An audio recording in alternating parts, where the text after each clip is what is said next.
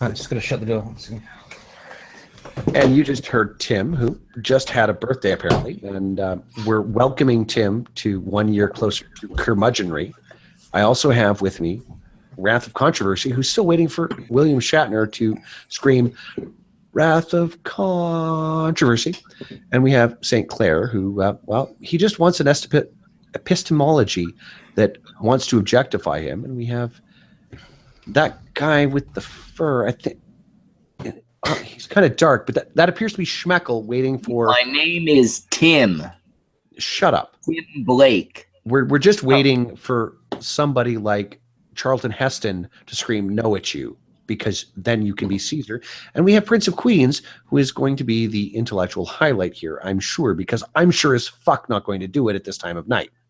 No, well, thank you for that bout of confidence. I just got a beer, though, so... That's fine. I think I'm 6 beers in now. And I'll try to be the intellectual one. I'm 0 beers in, and I have no beers. God, Tim, you live in New Zealand. You have like incredible microbreweries. How could you be failing us so desperately? Oh, I just drink the shit beer anyways. Oh well, but you're not drinking Foster's, right? Because that's piss. No, oh god, no. Thank Christ, Jesus, and, hells no. And what we're going to attempt to do here, in theory, is we're going to probe where, if any, limits should exist on free speech. And why I'm bringing this up is because, well, frankly, free speech has been a controversial topic. Antifa is quite convinced that there are very visibly opinions that you should not be permitted to voice. And for myself, I'm very much in favor of sunlight and disinfectant. I'm convinced that the Richard Spencers of the world are just inexcusably described as idiots. I mean, you can't do anything better than to describe them as that. You have to. They're fundamentally incapable of presenting any scientific evidence to support themselves. And therefore, we should let them spout whatever it is they're going to spout. I mean, Ann Coulter and her absurd commentary on 9/11, absolutely let her say that, so that people can stand up and say, you're a hatchet-faced retard. And what did she say about 9/11? Apparently there were 9/11 widows that what has celebrating their husbands. I mean, a while back. Yeah. I mean, this is some time ago, but I mean, I have no end of problems with Ann Coulter's opinions, but she should certainly be free to air them, because I would like to rebut her at my leisure. And go. What? Well, are you sure you're not just tone policing her? I'm not. I'm just kidding. Isn't the fundamental aspect of this conversation is not whether there are certain things you should or should not be able to say, but like, where can you say things? Can you say anything you want anywhere? Or are there some like limits in terms of, in this place, you can't say this kind of stuff, you know? Honestly, that's not something I've considered. Do you mean, like, for example, when we're talking about university? Online? Do you mean anywhere? Like in terms of like where, how do you decide where you can or cannot speak? Because I feel like everybody knows there are some limits on speech, but they've all got different ideas of what they are or where they should be. And I think people like maybe like Milo Yiannopoulos, they seem to want to eliminate any limit on speech anywhere at any time. But I don't know if it's particularly realistic. Think if you're in, say, an elementary school, maybe there should be some limits on what you're saying there. Exactly. What do you think of like the context of like throwing around the word cunt or anything like that? But then again, that would just be playing to the fifis of the children. I think those toughen up. Well, okay, so I think that certain, it is interesting discussion if we're going to talk about elementary school kids. I think that there definitely is a certain argument to be made that they shouldn't, talk about eugenics at an elementary school.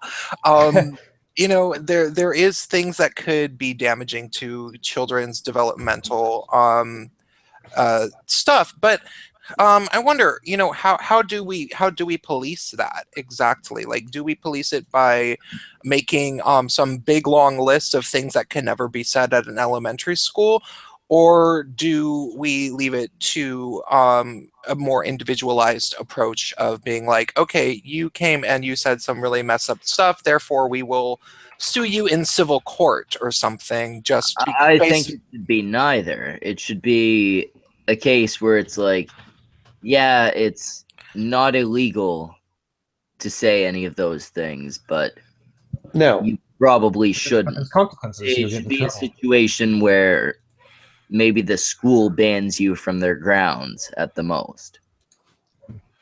Isn't that really where the conversation really is? Is just on where should there be any limits? Because who really believes in no limits at any time ever on speech? Is there anybody? I mean, I'm sure everybody has some limit.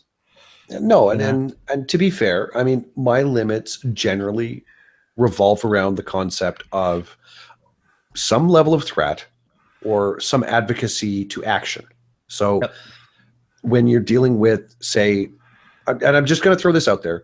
If I say, Tim, I would not be upset if you got punched. That's not that. There's no implicit threat. There's no call to action. That's just me expressing a very terrible opinion. And I'm saying that is a terrible opinion because I don't want to see violence visited upon people. Now, if I say, Tim, I think you should be punched for your opinions, well, we're getting a lot closer to some implicit threat. And if I say, I'm going to punch you for your opinions, I've very clearly, under any form of Commonwealth, common law, I've very obviously made a threat. Depend on my relationship to you. Like, if you are the person serving me at the fucking checkout and you tell me you want to see me get punched, I'd be like, hey, I'm going to complain to your supervisor about this. And then that would be an appropriate response to highly unprofessional behavior at a minimum. Yeah. That certainly qualifies as absolutely unprofessional. So I'm sharing what That's freedom of on your mind, speech, what freedom of speech does not include the right of, and it's some of the things. So these are, specific court rulings that we have had that probably made it up to the Supreme Court. And the first couple are, I've been over this before, and down towards the bottom, it starts including stuff at schools. And one of them is, it does not include the right of students to make obscene speech at a school-sponsored event. Meaning that if the school is paying, I believe that if the school is paying for it, they don't have to be a part of it if they don't want to. However, that's where it becomes more complicated with people like Milo or even Richard Spencer, which is that the students end up paying for it with their own budget. I'm sure that there is going to be no end of people that are going to argue that I'm being prescriptivist and semantic, but where are we drawing the boundaries on obscenity? Because obscenity and profanity are two very distinct classes of speech under U.S. law. And that's up to the people paying for it. Like, if they're paying for it, they kind of have the luxury to decide, don't they? Well, and now we also have to consider if this is a private institution or not, because New Zealand, the US, Canada, the UK, these are all countries that have some level of public funding available. And this is where you get Title IX that influences US college policy. There are specific laws and policies that apply if you have access to public funding. But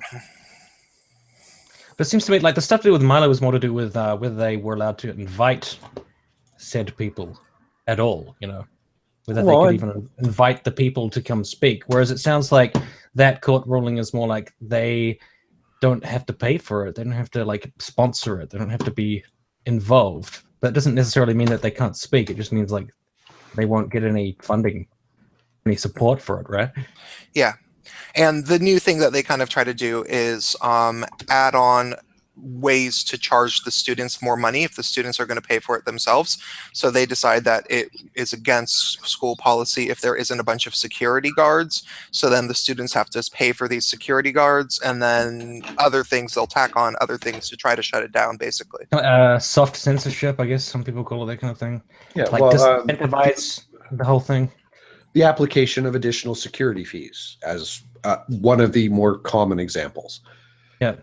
I mean, but I at least think, I mean, it just sounds like kind of caving into the rioters at Berkeley or whatever, but it's not like Milo going there didn't cause disturbance. That would definitely cost a lot more and that's in part to do with his controversial views. Like, I mean, there was a fucking riot. They were like, setting shit on fire. And I know you can say like, we don't bow to terrorists or some crap, but it's not like Milo going to speak at a university is just a really saccharine affair that's got no risks or dangers, just due to what he says. People get offended and they protest and they don't want him to be there, and that's causes a fucking mess. I mean, I'm absolutely fine with people being offended. I'm offended by the concept that we should institute policy based on offense, and damn it. But it will necessarily lead to like there being more security costs and like being more expensive and being more